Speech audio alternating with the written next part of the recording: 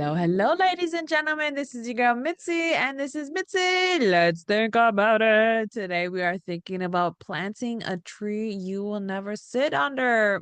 That is a thinker.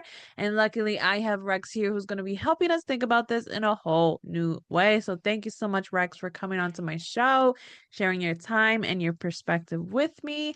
Let's just dive right in. When you hear those words, planting a tree you will never sit under, what does that make you think about? Wow. Good first question. Um, I actually used that line in one of my teaching videos on my YouTube channel. It is in order to understand the your place in the universe, in order to understand the reality of yourself, it's it behooves you to understand how I'm beginning to sound like word salad, but it behooves you to um, understand what it means to sacrifice self, to give up self um, in the pursuit of leaving the world a better place than where you found it. That Now, is interesting. the in order to do that, you have to have a firm grip on what self is. Hmm. You can't give up what you don't understand or can't find within yourself. The I'm a Kabbalist. Um, I've been involved in most of the world's religions, and the thing that I've come away with most often is the nature of the self, and that self is the root of all of the evil in the world. Hmm. Um, Now, some people say that the improvement of self, the evolution of self, is a solution, and I don't think so. Most of the religions that I've studied have told me that it's the subjugation of self, it's the recognizing the truth of self, or the actual elimination of self, which I don't think is possible because self is who and what. So how you go about doing that is understanding who and what you are, Hmm. Hmm. and Yeah. we are not. I want to go back to the Bible, if you don't mind, the Old Testament, because it illustrates my point. Um, Talks about the waters above and the waters below, separated by a firmament. Hmm. Um, this is a Kabbalistic um, metaphor that illustrates the higher self and the lower self, and the dividing line between the two, or the firmament, being Maya, illusion, the devil, whatever you want to call it. This is all part of you, and it keeps you separated from the truth of your higher self, which is that you are not part of God, you are part of God's creation. And um, when this sojourn is over, when our um, experience here is done and we move on, the only thing that's left, according to the Buddha as well, there is no transmigration of a self. What does carry on are your thoughts, words, and deeds. And these comprise the stream of karma, or cause and effect. And it's the thoughts, words, and deeds that affect the people around you and the society in which you live. And to understand that, then you get a glimpse of only the person who is able to sit under a tree that he's planted and realize that he's never going to be able to sit in its shade. And I butchered that, but you know what I mean. Yeah, yeah, yeah. I know what you mean. I think you brought on a lot of great context so that we can really think deeply on what it really means for ourselves because when we, let's say if somebody is very aware of gardening, it takes time to turn a seed into a vegetable or a plant or a flower or a tree. You know what I mean? It really does take time. And the saddest thing now is that we are living in a world where we are seeking instant gratification, instant reactions, instant um everything, instant repercussions, instant everything. And it's hard when we have to realize like time is only an illusion of what we don't even understand. Like our concept of time is not the real way of what life is actually operating on, because we believe it's like, oh, it's 24/7, 24 hours in a day. You know what I mean? This is all that we have is today. But then people are like, no, we have right now in this moment. And then other people are like, no, far future, far off, far beyond. You know what I mean? So it's just like there has to be this equal ground where we just have to be present and in the moment and realize what you do, how you think, how you act, how you move about in this world is what creates that importance. You know what I mean? So it's just like this conversation, like we were talking about before we got on to and started recording. These are seeds that are going to be marinated and planted and grown into whatever that it is for whoever that is listening. And it's to just about creating something more of what we already know, because we have so limited perception and so limited understanding of what's happening around us. But there's so much knowledge available and accessible for us that there's so many people just choosing to live in ignorance because it's just so much easier. So for you, do you think ignorance can be helpful, or can it truly be harmful?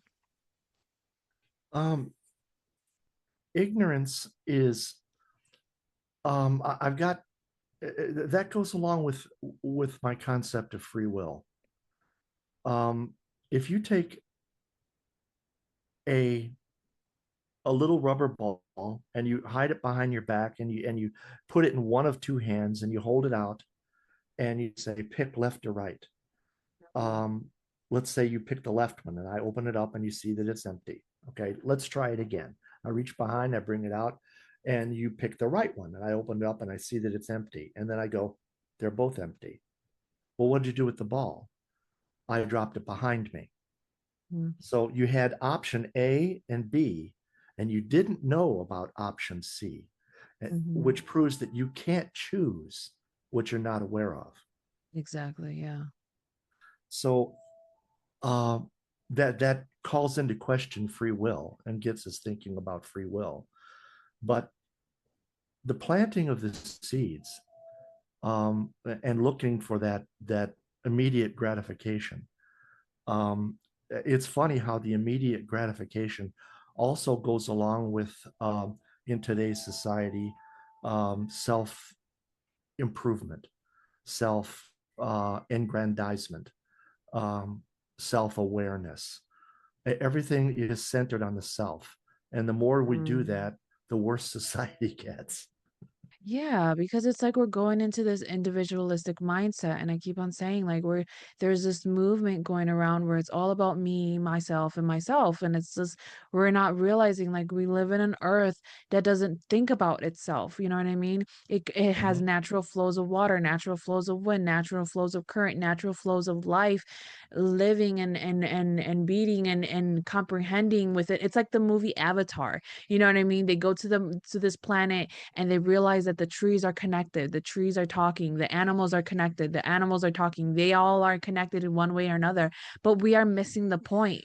Earth is the same way. We are all connected in one way or another. And I don't think a lot of people even realize the importance of you existing and living, me existing and living, and how we as a human and humanity, we all need this community. We all need each other one way or another. And when we continue to think about me, myself, and myself, we don't realize that we are removing other people that have an impact on ourselves. Because, like you said earlier, you if you didn't know option C was available, then you don't know of option C. You don't think of option C. You only think of A and B. And in life, that's why I say common sense is not common, because we are not taught everything to survive the same way.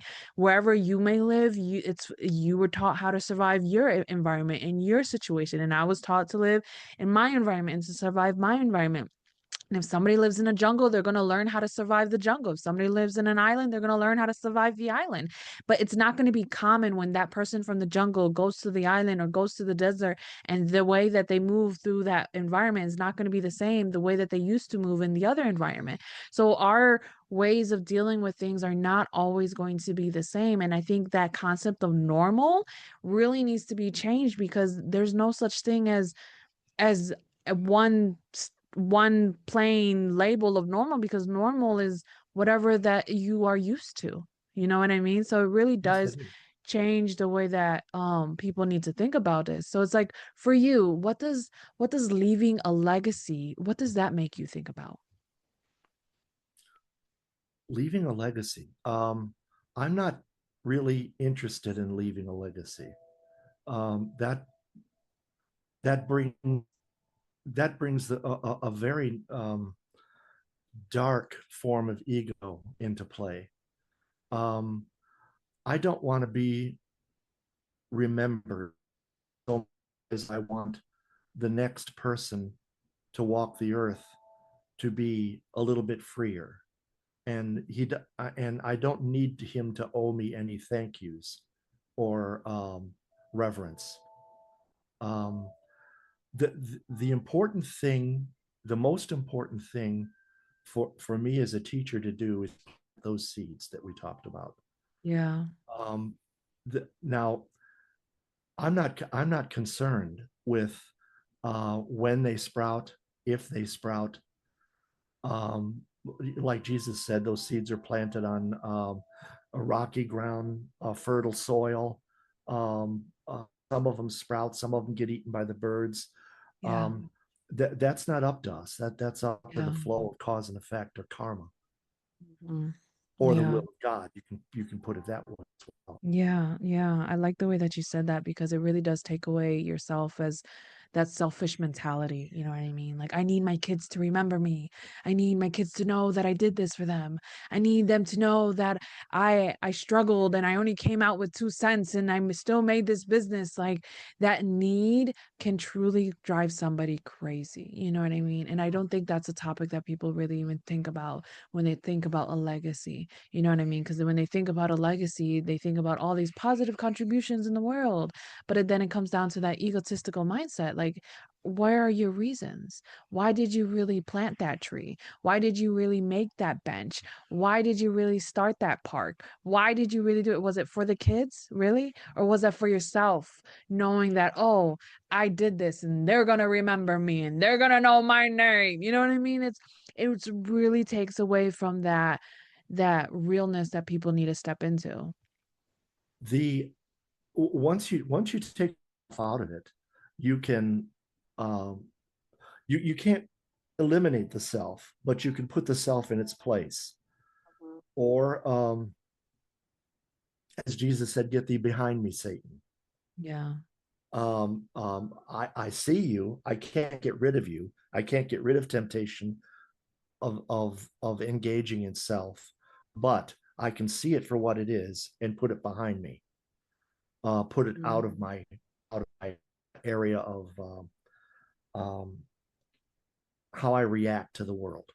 Yeah, yeah, yeah. Because at the end of the day, we need to be in this understanding of servitude. You know what I mean? If we service one another and just leave our mark in that manner, then that's all that remembers. I don't have to remember your name. I don't have to remember exactly what color shirt you wore, but I do remember that you told me to keep going when I felt like I was unable to go. Then that's what I'm holding on to, those words. You know what I mean? Something so simple as just saying keep going to somebody that looks down and distraught, that changes someone, you know what I mean? And that takes Mhm. them away from their self as well because they remember that I'm not doing it just for myself. You know what I mean? I'm not going for work because I have bills to pay. I'm going for work because of the family that I have to support, or you know what I mean? All those, whatever the reason may be, I think we really do need to just remember like ourself is who we are. It's a part of us. You know what I mean? We're with ourselves all the time. But it's like you said, there's no real way of eliminating it because if once we eliminate it, I mean, isn't that the point that we kind of meet death? You know what I mean? Because we're no longer in existence anymore. Yeah, exactly. Um, which brings me back to a point of how a person relates to creation and whatever viewpoint of God that he has. Yes. If you have, Yes. if you say that the creation or life, let's say life, is a vast ocean, and some people identify that ocean as God, and we are all drops from that ocean. So we are. It's very easy to take the next step and say that we are part of God, and to take the next step from that and say that we are gods in our own right. Um, Mhm. but if you think again about the waters above and the waters below and that firmament that separates, and then equate that to a bubble Mhm. that forms around a drop of water and is floating on the ocean, and Mhm. we feel separate, we feel distinct within that bubble, and we think Mhm. that once that bubble bursts, we will merge back into the universe. We will merge back into God. Mhm. But actually, what we are is the film of the bubble, Mhm. and it goes away. And then the spirit goes back to the ocean. Mhm. Mhm. I like your interpretation of it. I don't think, excuse me, I don't think a lot of people understand that concept because we as humans, we have place God in a position where he's either as like man and or he thinks like man or acts like man or you know what I mean, or we portray our hurt and our pain because of men or humans, and then we put that on God as if he does the same way, he acts the same way or whatever that people do to have their vengeance against God. And it's like, well, it's because it's how you see God, you know what I mean? And and I even wrote a quote about that and shared it on my socials about that, how our interpretation of God truly does determine how we view life in general, ourselves, and who we are as well. So it's like we have to have that identification and knowing that we are not God and we are not part of God. We are a creation of God, like you said earlier. And I think that's a real thing that people need to remember. Like we were created by God. We are not God. You know what I mean? So it's just like, but I think it's like this superiority complex where we feel the need to feel tired and we feel the need to feel more because to be just a mere human is like being an ant, but not realizing that ants have so much power within themselves, but because we see them as so tiny and we can squish them in a little pinch that they are useless. But if that's the case, then so are we, you know what I mean? And to think of that is just, oh my goodness, I can't think of that. That would be baffling, oh, how dare I? But it's like we have to realize like we are just another creation, just like anything else that's on this earth, just like the birds were created, just like the plants were created. All of this was just created. And once we accept the fact that we are human, we can realize that, oh, humans have so much that we can do. Humanity can do so much in this world. We can impact other people's lives in such a great way. We can truly be of service in a way that is anonymous and bless people in a way that it can change their whole entire life. Or if we allow our egotistical mindset to get in, it really disturbs what the real purpose of that service is for. You know what I mean? Like for those people that for example, that want to supposedly help a homeless person and give them food, but then they have a camera in their face and like, oh, hi, say hello to the camera. I just gave you some food. Blah, like that's not helpful.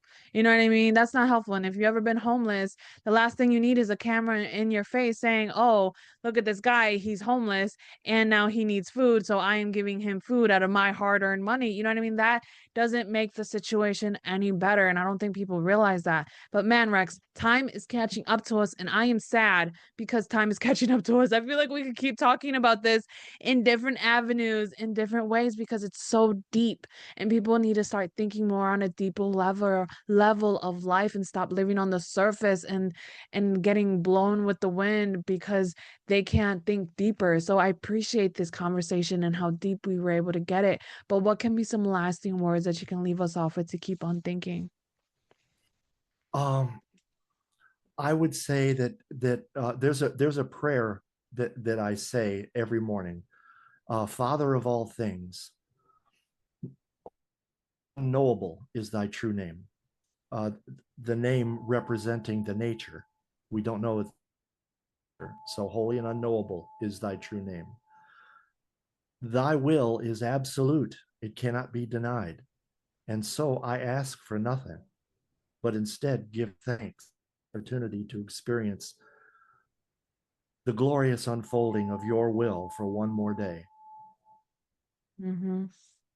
That's beautiful. I mean, that's beautiful because at the end of the day, God wants us to be humble. You know what I mean? And that humbles us all over again. You know what I mean? We are just humans and we are not owed anything in this world. But for anything that is given and everything that we have, I mean, that is true thankfulness to have that heart of gratitude, to practice the gratitude muscle and to build it up so that you can live a life of just appreciation and awe for what it is because life is amazing. Oh, life is truly amazing. And when you allow yourself to have that gratitude always right there, you are able to really truly appreciate life and humanity for what it is. And it's beautiful. We are a beautiful creation. We really are. So it's just like, man, these are true words to keep us all thinking. And ladies and gentlemen, if you guys enjoyed this conversation as much as I did, because I know I did, go check out his YouTube channel. He has so many great contents on there so that you can continue on thinking, so you can ask yourself these deep questions, so that you can get out of your mind of this egotistical, independent, I don't need anybody mindset to I'm here to serve. I'm here to exist. I'm here to just be present because that's all we really need, at this point. So please continue on thinking, ladies and gentlemen. Bye.